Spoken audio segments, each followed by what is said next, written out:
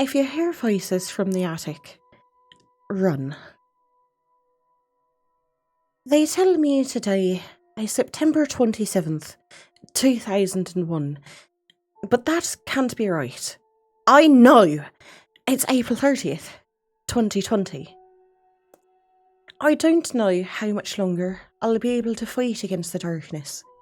The swirling shadows that once seemed to be so far away, but now twist and whip across my vision, close enough to snuff out all of the light that my weary and bloodshot eyes might take in. I don't know even if I will have time enough to finish telling this tale before my time runs out. It's not as if there's a ticking clock that marks the passage of time, or gives me clear warning of how many more times my heart might beat before it stills at last.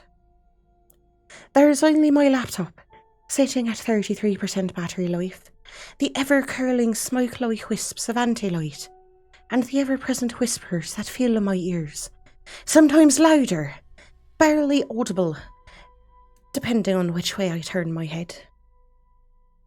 They whisper the most horrific things, not graphic descriptions of my own demise, nor tales against my loved ones, nor promises of endless pain and torture that conjure images of fire and brimstone.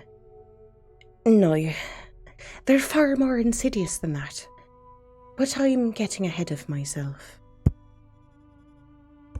As I sit, cross-legged on the cold cement of my basement floor, dying laptop across my thighs, I've decided to relay what has happened here. Any attempts to do so before now only resulted in a litany of diagnoses from the so-called medical and mental health professionals, several stints in my local medical institution, and a mountain of medical debt that I shall never be able to pay off, even if I were to survive the night. At least, all of the pointless sessions and perpetually inconvenient appointments left me with a cocktail of drugs that will make my last hours upon this earth somewhat enjoyable. To anyone that reads this, I urge you to believe that I am not, as the doctors have insisted, ill of mind, nor am I the sort to actively seek out attention from others. The fact is that it was my desire to be left alone that brought me to this place, and, ultimately, my doom. I don't know if anyone will ever find these words, but I hope that maybe, just maybe, if you find yourself in my position, they might serve to save you. Not that I know how to save myself. But my failures might save you valuable time. For time, I have learned in stark contrast, is the most valuable thing in the world. And also, with my purpose clear, let me tell you the horrors that await anyone unfortunate enough to stumble across what I have. I am a writer, or rather, I was a writer before all of this began. I had a small apartment in a large building of similar apartments in the middle of the bustling metropolis that is New York City. It was my shining little bubble of light and comfort. Outside my walls and windows, the smog and grime that littered the city walls and poisoned the air were replaced by warm lamps and the subtle scents that wafted through my little rooms, thanks to a little aromatherapy pod that I had picked up on clearance a few years ago. Sure, the walls were thin, and every morning and evening at 6:04 sharp, the train would pass by my window, nearly close enough to touch if I were to reach my fingers through the thick metal bars welded over them from the outside. And gunshots were as common as raindrops, but the rent was cheap, and heavy curtains could block out the world, along with the ever-present noise-cancelling headphones that I wore morning, noon, and night when I was at home. I was, therefore, relatively happy with my little life. Though I was able to find work as a writer from time to time, and had published a couple of books to small success, I still found the need to take a job at a local diner to make ends meet. It wasn't, all in all, a terrible setup. The diner was a quick 5-minute walk from my apartment. A little hole in the wall, with perpetually greasy countertops, no matter how much bleach we laid down, and the smell of burnt toast and old coffee lingering in the air. The worn plastic-topped booth seats. You know the sort. The clientele was minimal but familiar, and the work was easy enough and steady besides, and the tips were nothing to scoff at. And though I had long fantasised about moving away from the city, maybe buying a little cabin set away from the nearest town, where my windows would show the surrounding forest, and blessed silence, where I might spend my days in peace waxing poetic on the page, it was more of a daydream than any active quest of mine. Until the day he arrived, that is. I remember the day well. It was a late afternoon in the autumn, where the crisp winds of October drifted through the alleys, bringing the slightest hint of scent from the trees beyond the city, drifting down and over the mountains and hills from the northeast, before being washed over with the pungent smell of grime and decay from the city. It might have been the first week of October, as I had yet to be paid my bi-weekly cheque, and was carefully tracking my tips, as I do, to decide if the night would be another macaroni and cheese night, or if I might be lucky enough to splurge on a frozen pizza from the market down the street, when the front door of the diner opened violently, the wind outside no doubt taking the patron by surprise, and sending the little silver bell above the door to ringing with its familiar tinny sound, whipped up to a fever pitch as the gusts blew around, making the various flyers on the corkboard dance beneath their thumbtacks.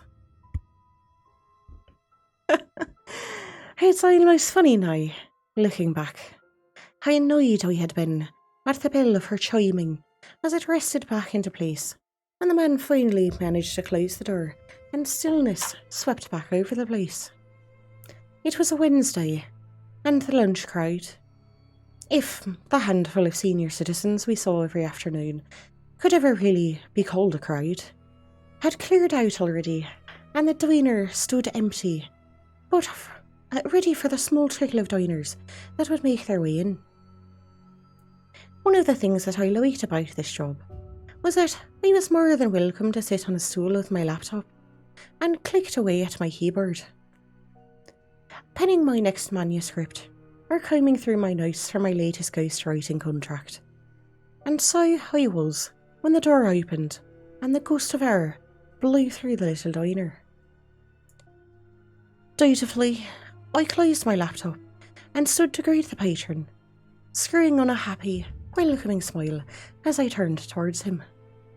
He seemed, at first glance, to be rather ordinary, maybe 5'8", in height, with grey hair, a slightly stooped posture, in a charcoal grey suit. Nothing about him really stood out, except, of course, for his eyes. They were brilliantly blue, reflecting the light of the diner in a way that would have made any fashion model jealous. I greeted the man and offered him a seat, either at the bar or in a booth, whichever he preferred. He smiled, a weary sort of smile, as though the weight of the world were attached to the corners of his mouth, and took a seat on a stool. I sighed inside a little, for I knew this business well enough in my 6 years of working here. When someone wants to be alone, to get work done, or if they're with a companion, they opt for a booth.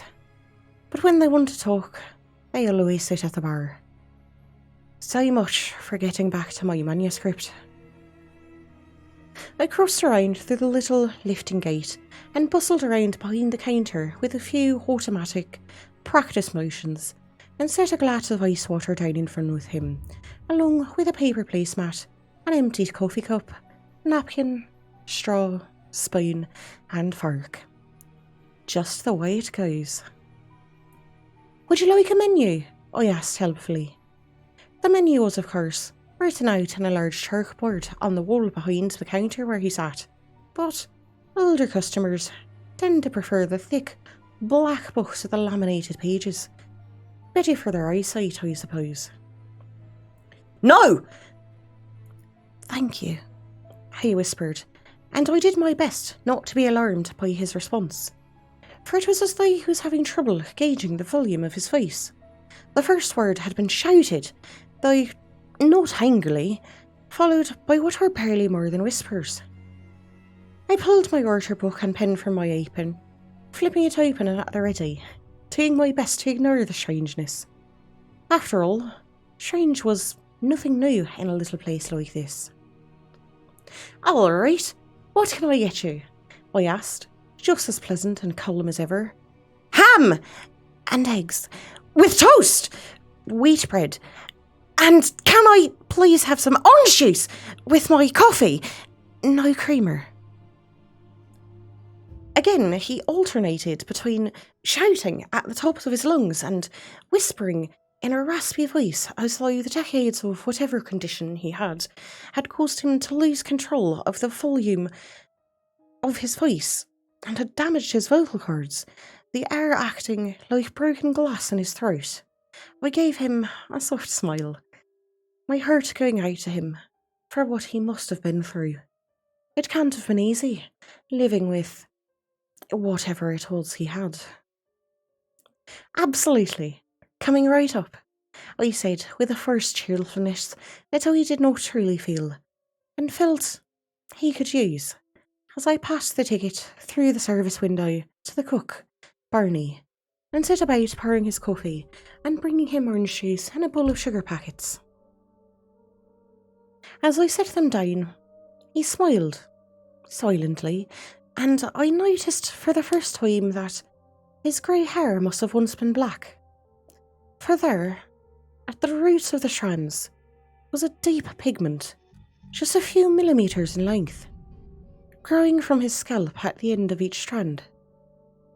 It looked rather like when my ex-girlfriend had dyed her hair platinum blonde one summer, just as the roots of her natural chestnut brown were beginning to grow back out. An odd effect, to be certain. Who would dye their hair grey? Wasn't it normally the other way around? I said nothing and moved to lean into the service window to watch Barney work, stealing glances at the man as he sat there in silence, his eyes shifting about, looking at something unseen, in the way that I had seen all too often with our older customers, as dementia sets in, shortly before they stop returning to the diner. The realisation that they probably died not too long after had hit me one night, about 8 months into my employment here, and I was racked with agony. At this point, though, I had learned to simply think they moved away to a beautiful retirement community in Florida somewhere, sunshine and shuffleboard, and did their crosswords and ate their gravy-laden pot roast and burned corned beef hash at another diner closer by. It made it easier. For a brief moment, I worried whether the man had any money on him, or whether I would end up paying for his meal. But as Barney put the finished plate of food up in the window for me, I realised it didn't matter. It never had before now. There had been a handful of occasions over the years where I ended up footing the bill for a diner that had forgotten their wallet in confusion, or else the few that had wandered in off the street thinking it was still 1952, or something similar. I fixed my smile back into place and delivered his food while kissing thoughts of that frozen pizza goodbye, and wondering weedily which dried spices I was going to add to my 99-cent box of macaroni and cheese tonight, in a vague attempt to give it some variety. To my surprise, as I laid the plate down, the man withdrew $100 bill from his pocket and extended it with a hand trembling slightly, as I had come to expect from aged customers. "You can keep the change," he half whispered, half shouted, and I took the bill from his hand.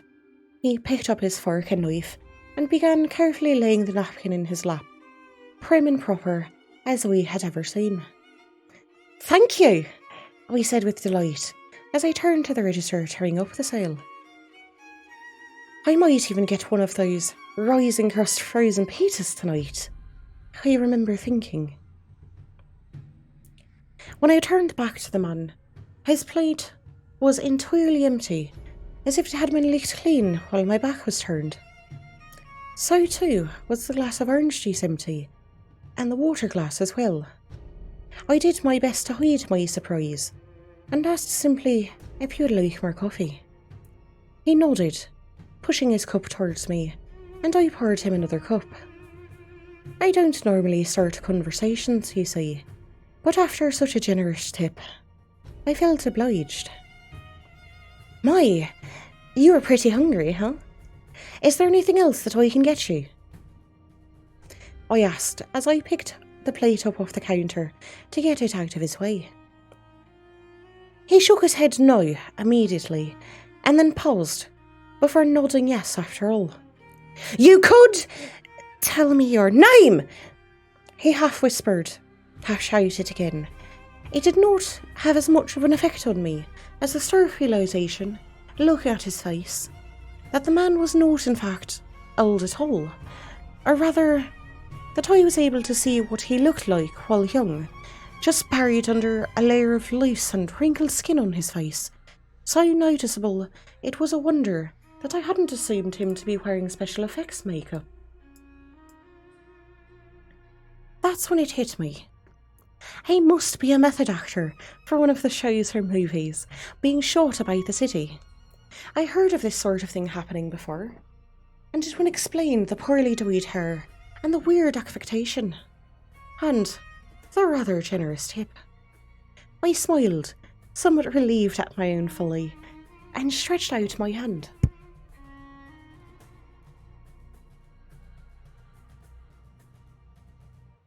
And Ira, there's always time for tea. Going to take that right now.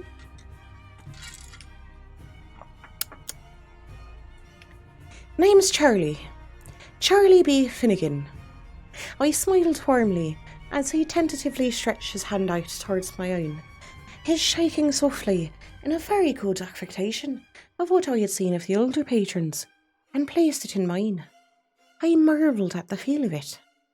His hand was soft, with skin that felt as thin as paper, draped loosely over the bones of his gnarled fingers, just as many of my customers' hands felt. "Carmichael," he said. "George Carmichael." Pleasantries exchanged, he soon launched into telling me about his life, and I happily stood by, leaning my forearms against the counter to listen. I've always appreciated a good story, you see, and getting the backstory of this character bound for the big screen before anyone else held me in quite a rapture, though he never would say what movie he was involved in, despite my asking several times. He had been a broker for a large hedge fund in the heart of New York. Penthouse suite, large corner office, 5-star hotel stays around the world when meeting with clients. The whole shebang. Living in the ivory tower of high finance and beautiful women, when he had lost it all, he said. He made a bad deal, lost millions for his clients. In and out of rehab for the liquor that he had used to drown his sorrows after he lost his position, his penthouse, his cars, his entire life. Broke, disgraced, and with nowhere else to go, his uncle, in New Hampshire, the only family he had left, had offered him respite in his little cabin up there. He had taken him up on the offer, using the last of his available funds to buy a bus ticket, with nothing but a single suitcase of clothes and a few vestiges of his former life. He was able to kick the drink, he said, with the help of his uncle, who lived a curiously simplistic lifestyle. Though the house was wired for electricity, once the night fell, he would throw a large switch in the basement for the breaker, cutting the electricity, and would be in bed not long after, in order to rise with the sun. Only candles and lanterns were permitted for light once the sun went down, and those were precious few. He did not own a computer or a television. In fact, his only means of contact to the outside world was an old-fashioned rotary telephone affixed to a torn wooden box on the wall of the kitchen. You could call his uncle, Carmichael explained, only between the hours of 2 and 4 p.m. each afternoon. Otherwise, it would ring and ring on and on for ages. Too many years as a recluse, I thought, Carmichael said. But I was so wrong. Wrong! I was quite taken with the story and the immenseness that went into the crafting of the tale, as well as the skill of the actor recalling the plethora of details without a cue card in sight.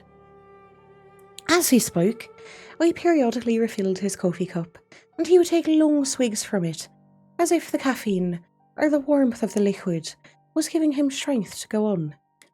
I was overjoyed to be in the presence of such a storyteller. I quickly gave up trying to pester him for his true name or the project that he was working on, for he was committed to his character and would not break it.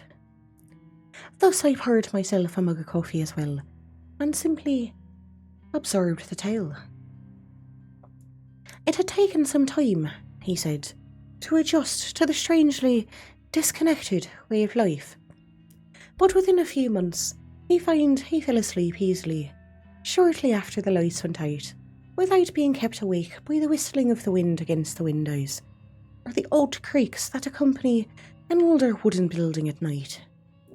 His uncle had given him a new purpose as well, furnishing him with an old typewriter dug out from the basement, so that he might set about writing an autobiography of his rise to the top and fall afterwards. He had a glimmer of hope, he said, of finding his way to the top of the New York Times bestseller list, and making a comeback to the financial world and high society life. He had, in fact, contacted a publishing house that sent him a rather handsome advance for the manuscript, which he had used to purchase a laptop to work on, as opposed to the dusty old typewriter. Shortly afterwards, he said, his uncle had died of a sudden and rather dramatic heart attack one night in the pitch black of the little cabin.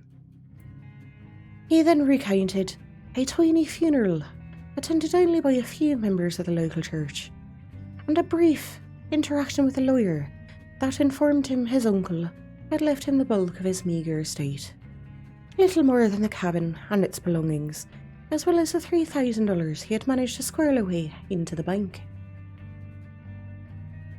With his uncle gone, a manuscript to deliver, and dreams of a return to his former life spurring him onward, he no longer had a reason to throw the big switch in the basement when the sun dipped below the hills, and he purchased a small flat-screen television with a Netflix subscription by way of keeping himself entertained while working on his laptop late into the night, rising in the afternoons when his body woke him. It was a simple, quiet life, he said, and though he missed his uncle, he enjoyed his time well enough.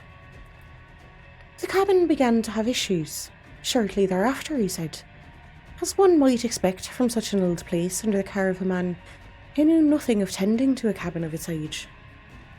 Lights flickering as circuits became overloaded, faucets making odd gurgling sounds and shaking violently when washing the dishes, doors refusing to close properly as their frames swelled with the summer heat, and swinging open at night when they returned to their normal size. It didn't bother him terribly much, he said. He had planned to sell the cabin off once he made his return to New York, and it would be someone else's problem. Until then, he could live with it. No sooner had I decided that there was nothing to fear about the place that I learned how wrong I was. What he had recounted made little sense between the intermittent high-volume shouting and the way the words quickly started tumbling out of his mouth, as though he were suddenly pressed for time, his thoughts too jumbled to keep his story straight, his eyes darting around wildly. He had begun hearing voices, he said, from the attic, singing to him like angels of his work and urging him to work on into the night and through the day, to skip meals and showers in order to complete it. The lights, he said, would begin to flicker, and at times the power would go out for days at a time, forcing him to use the typewriter by candlelight, leaving him to retype his manuscript over and over and over again. And all the while the light of the candles would illuminate less and less of the pages. I had to hand it to him. He was doing a wonderful job of playing the role of a man suffering a severe mental break, as he described the looming existential doubts of failures and dreams never to be obtained, of disasters the world over that were ever present, and of the ceaseless passage of time that slipped away in chunks, first hours, then days, and ultimately weeks at a time without notice. He described the looming darkness that was like shadow spreading over his soul, and the never-ending overstimulation of every sensory input in jumbled, half-formed sentences, as I listened on, slack-jawed, coffee forgotten in my hand and gone cold. For it seemed to me, all the while, that as he spoke, his eyes grew brighter and drew me in like a moth to a flame. I wondered idly about electronic contact lenses, and was just about to ask when Carmichael stood up, as if startled, and then sprinted in uneven, almost drunken steps across the diner, the whooshing of the October wind that swirled into the diner with the relentless, tinny sound of that blasted silver bell as it sung on its hook, serving as his goodbye. Bewildered, I leaned through the service window to find Barney asleep in his chair, with a newspaper draped across his lap like a blanket, his favourite position when not working the grill. With a shake of my head at the strangeness of the actors in this city, I cleared away the dishes from the counter and prepared for the few regulars we would be expecting for dinner. At night, I had a lovely, self-rising frozen pizza from the corner shop with pepperoni, bacon, and sausage, while seated in my bright little bubble of warmth, immersed in some wispy, instrumental music, and worked on my manuscript. It did not occur to me how truly strange my life was about to become. As October came and went, and November reared, news of a strange new disease sweeping through parts of Asia started to fill headlines and drove thoughts of the strange man from my mind, replaced instead with reports of high infection rates and airborne pathogens. The disease, they said, spread from person to person easily and had the potential to decimate populations, especially in densely packed areas. I began to dream again of having my own little house, perhaps a cabin in the woods, cut off from the world, to sit and write and weather the storm of this infection.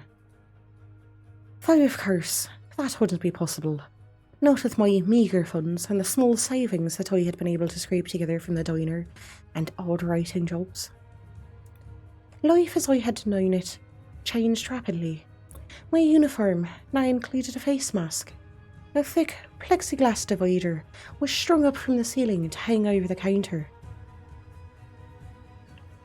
And the diner was more packed than it had ever been, as we were one of the few establishments that remained open. I couldn't argue with the tips either. Even as countless people found themselves out of work, they were more than generous. I ordered a proper pizza one night, delivery and everything. As the lockdowns came, we of course stayed open through special waivers and precautions, and at night we would shut the world out when returning to my apartment, ignoring the rumours of the mounting death tolls and the mass burning of bodies that were overwhelming morgues all over the city. Needless to say, when the opportunity to get out of the city came, I took it without a second thought. It was December 2nd, and outside my window snow was falling like ash to cover the sidewalks, turning into a dirty sludge as I trudged through it on my way to the diner. The collar of my coat turned up against the soft wind sweeping its way through the buildings. When I opened the door to the diner and was greeted with a familiar tingling of the silver bell and the smell of burnt toast and old coffee, there was a gentleman in a brown suit that matched his cloth face mask and a leather briefcase in his hand. He greeted me instantly, stated that he had urgent business, and we moved to a booth together to handle it. He was a lawyer in charge of George Carmichael's estate. I laughed in his face. The method actor? The lawyer insisted that Mr. Carmichael was never an actor, but a former broker for a large hedge fund in the city before a series of unfortunate events, and had left his estate to one Charlie B. Finnegan, who could be found at this diner.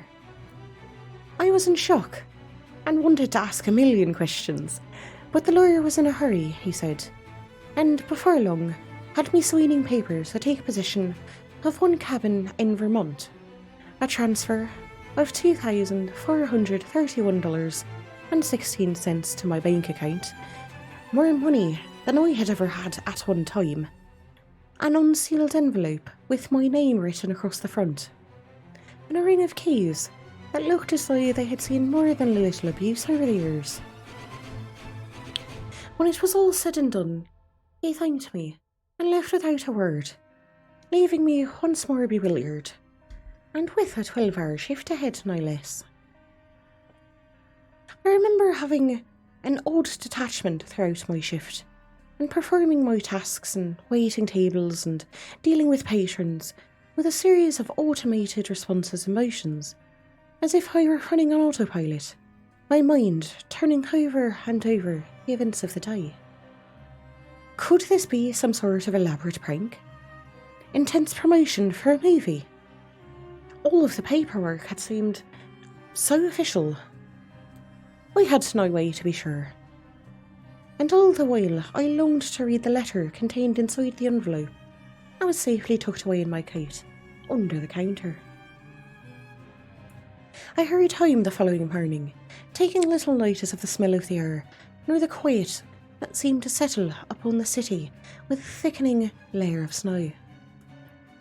How I wish now that I had taken the time to enjoy it, to revel in the muted silence and the brightness of the streetlights as they glittered and fractured across the flakes of snow. But I took no notice and bolted my apartment door behind me, flinging my wet shoes off, slinging my headphones over my ears while clutching the letter in my free hand, and sat down on my small sofa.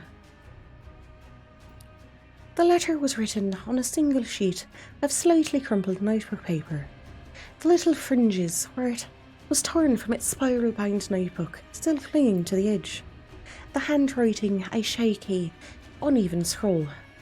It read thus: Charlie, this is a poor way to repay your kindness, but perhaps you'll find that not every tale is just a story. If you hear voices in the attic, run. George Carmichael. So it must be a horror movie, I thought. Like many at the time, the full scope of the illness that was sweeping the globe had not struck me as something that would last beyond the next few months, and clearly the studio did not expect it either.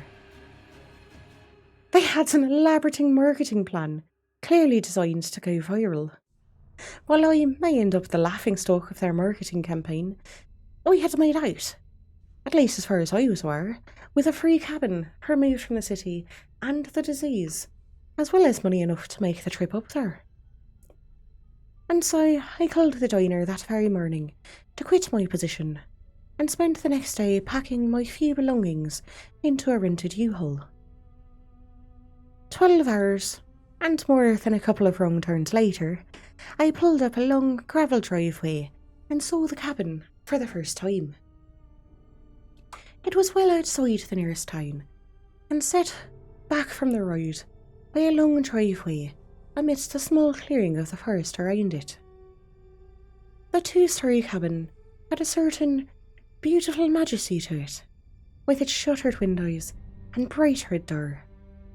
The logs that formed its walls fit together perfectly, without gaps, and at the corners fit together in a sort of cross stack, with some sort of ivory had reclaimed them, climbing its way up and towards the roof. I let myself in after trying several of the keys that had been provided, and reached for a light switch, finding without surprise that there was no power. Using my cell phone as a flashlight, I roamed about the first floor, finding the door to the basement and quickly locating what I sought. A large metal switch with a handle large enough to fit both my hands on it at the same time. A few flakes of red paint clinging to its worn surface, and, with some effort, I was able to lift it into place. Thank you for the tea, Leo. Yum. Immediately after throwing the switch, the lights of the basement came to life, revealing the concrete floor, the large old wash tub in the corner with lightly rusted metal bracers, and a well-worn wooden workbench that traversed the length of one wall, laden with various hand tools. Smiling to myself, I made my way back upstairs to survey the home that had so luckily become mine. The door to the basement was located to one corner of the small living room, which was illuminated by an almost abrasively bright light on the ceiling, which hung directly over a small coffee table, the surface of which was strewn with papers, some of them crumpled, others in small stacks, all of which appeared to have been typed on an old-fashioned typewriter. I could not make out the words, however, as each page appeared to have been typed, then fed through to be typed over again with different words, several times, so that the letters combined with each other into unintelligible blobs that marred the surface of the sheet. Pages and pages of hand-typed nonsense. I wondered after which poor intern drew the short straw and had to spend countless hours on this little detail.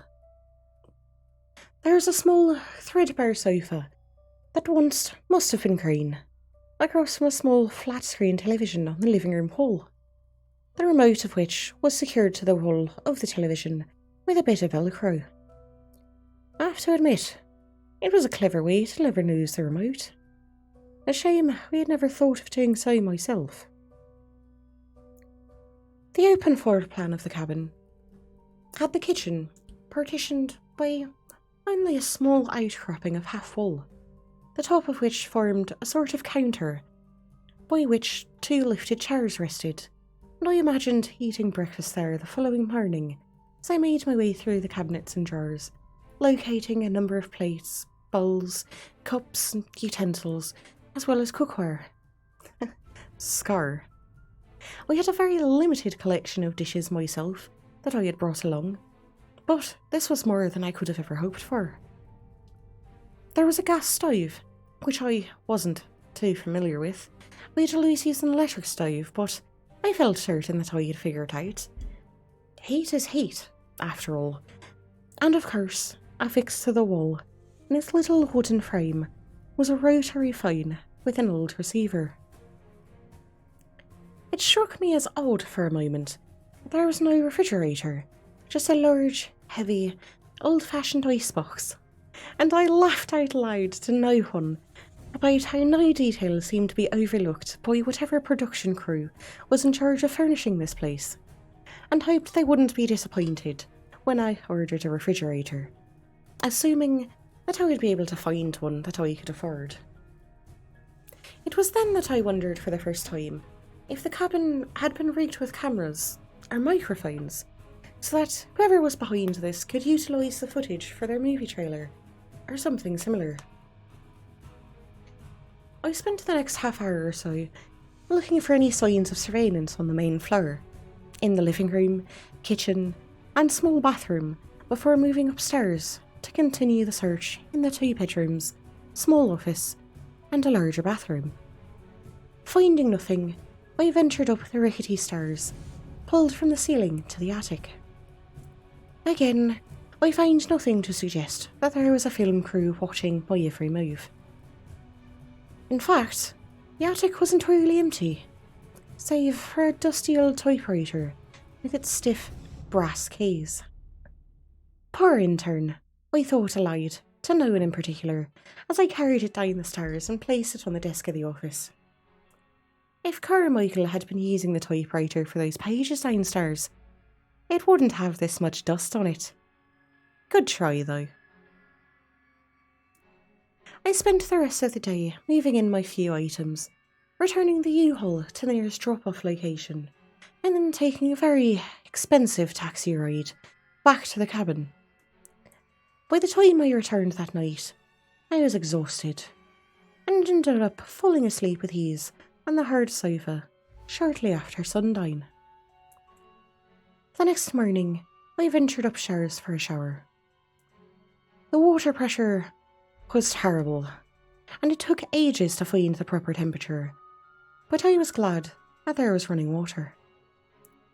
I fixed myself a small breakfast of oatmeal, an interesting endeavour for someone who'd only ever used a microwave for oatmeal, and set about looking for a small refrigerator.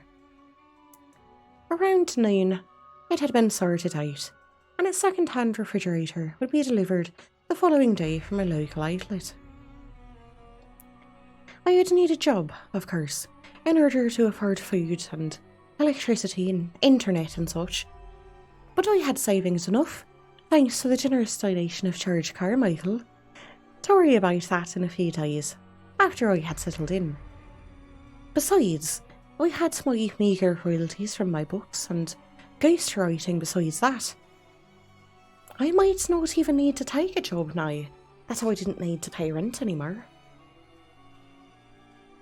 It was with this thought that I settled myself onto the sofa and absorbed myself in my own manuscript. I was startled out of my work by the ringing of the phone in the kitchen, a loud, echoing sound that reverberated through the whole cabin, bouncing off the walls like thunder. As I crossed to the kitchen, wondering who it could be, I noted that the clock on the wall said it was 3 p.m. I had been absorbed in my work for longer than I had realised. I lifted the receiver to my ear, noting how heavy it was in my hand.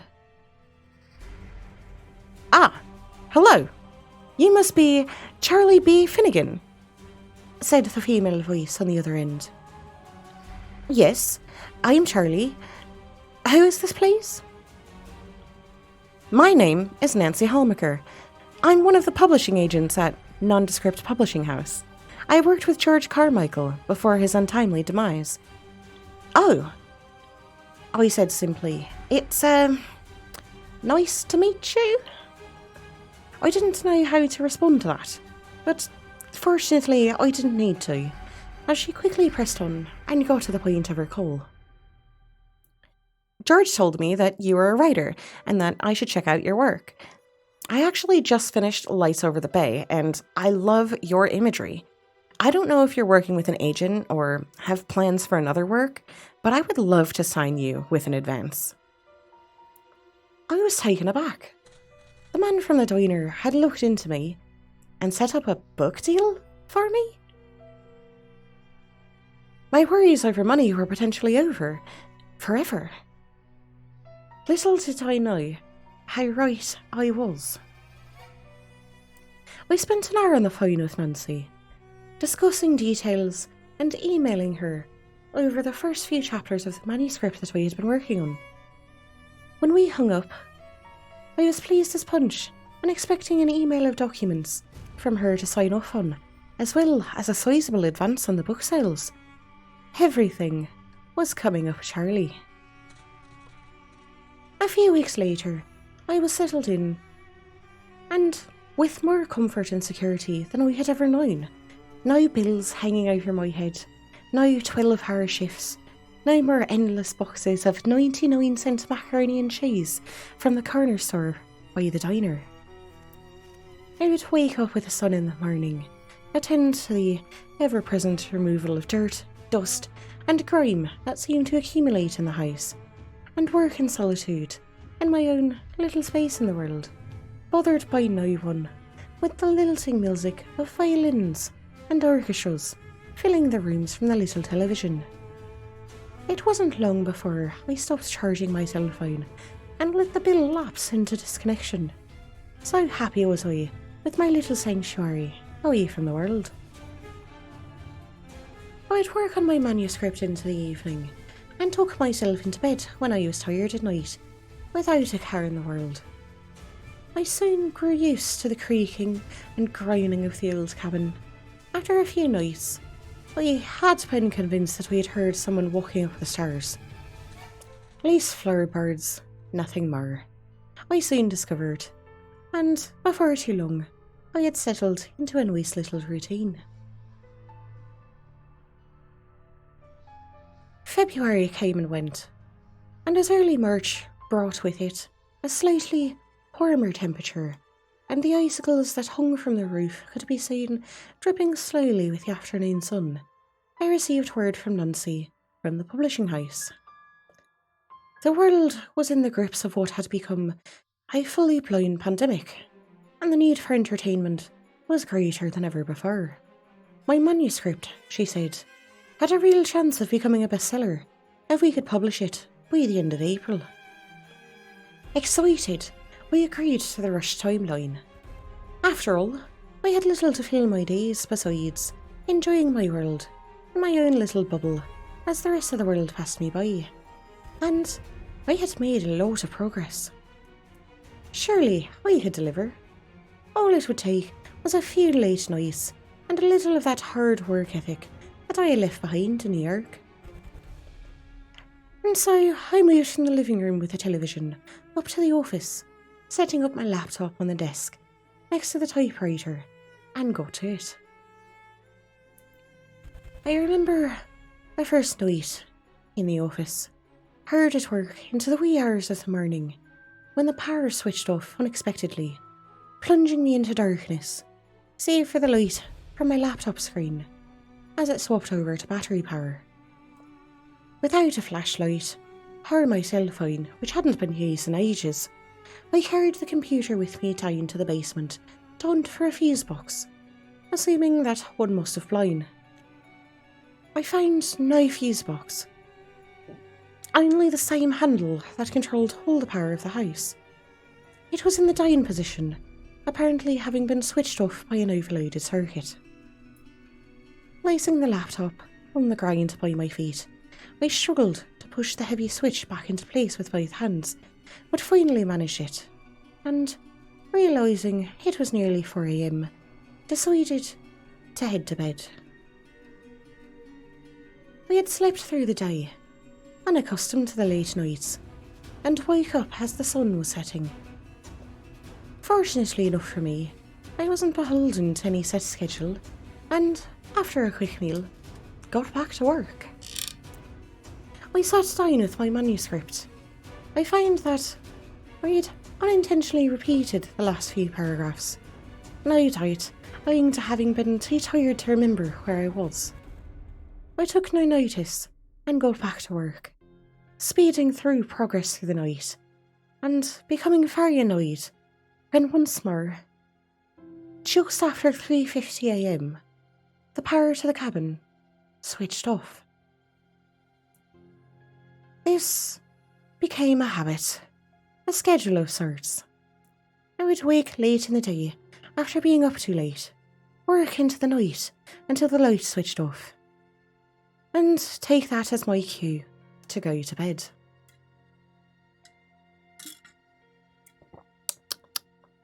Thank you for the tea, Sanchez. We appreciate it. I had taken to keeping a flashlight on my desk for my nightly trek to the basement, but as the cheap batteries seemed to work for only a night or two, I finally replaced it with a jarred candle, and then gave up going down there altogether, instead starting my morning with throwing the switch. I don't know how long this went on, but at some point, when the power to the house would switch off, I would jokingly call out to the empty house with a "Thank you, George, I'll go to bed," or a "5 more minutes, George, come on." It seemed only fitting somehow, despite the fact that I knew I was alone. I don't believe in ghosts, of course, and knew well enough that it was likely power surges in the middle of the night were too much for the old circuitry to handle. It was oddly comforting, in my self-imposed isolation, to talk to George throughout the day, and I would as I was fixing meals or taking a shower or working late into the night in a frenzy to complete my manuscript. At times, I even fancied that he would answer back, in that strange, half-shouting, half-whispering voice that I had heard in the diner, though it was always far off, as I hear upstairs while I was in the kitchen, or outside the office door when I was at work. I delivered my completed manuscript with a sigh of relief, the night just before the new deadline, and closed my laptop before the lights went out, looking forward to the comfort of my bed and a long sleep before the return to a normal schedule. But I was woken only a few hours later by the harsh and resounding ringing of the phone in the kitchen at 9 a.m. I shuffled my way downstairs, squinting my eyes against the morning light that streamed abrasively through the windows, and answered the phone. "Hello?" Silence was my only answer. Annoyed, I tried again. "Hello? Who is this?" Finally, there was a soft clicking sound, and the voice on the other end of the phone finally came through. It was Nancy, though her voice sounded far away, as if it were coming down a long tunnel, and strangely distorted in such a way that I could only make out every couple of words or so. "Charlie, I got your manuscript. Too little, too late. Last April's release date. Can't make out what this is supposed to be." I hung up the phone and shook my head, trying to clear it of the distorted sound that I could still hear, and trudged back to the bed, convinced that I must be having a weird dream. I would call her tomorrow to confirm that she had received my manuscript. I tossed and turned in bed for hours, the strange sounds of distorted voices down a long tunnel filling my ears before I finally slipped into unconsciousness. When I woke again, the moon had already risen over the trees outside my window. So much for setting my sleep schedule. And I called out to the house, as I had grown into the habit of doing. "Why didn't you wake me up, George?" I shuffled my way to the basement to throw the switch, and then headed to the kitchen after some food, my head foggy with the memory of the strange sounds that had filled my ears.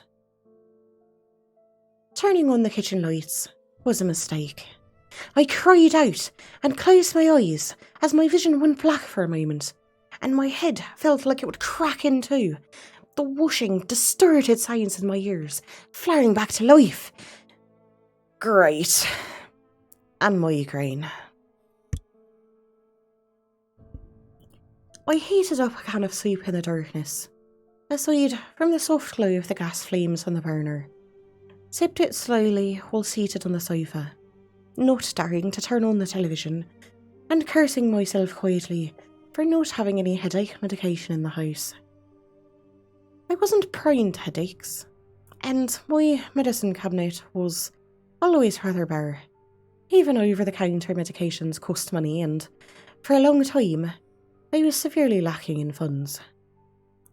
I curled up on the sofa with a blanket that I kept there, and resolved to head into town in the morning for some meds if the migraine was not alleviated by more sleep. When I awoke the next day, the light was still blinding, and I squinted as I made my way upstairs to my laptop, telling George that switch in the basement had better be on, so I could order a cab to the store.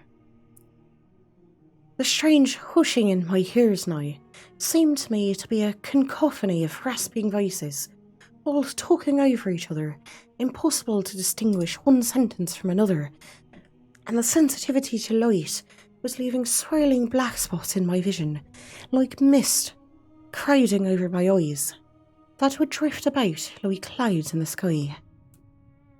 I searched quickly for migraine symptoms.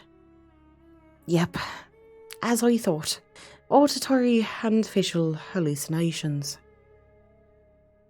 Once it had progressed to this point, it was better that I saw a doctor, rather than attempt to treat it with over-the-counter medications.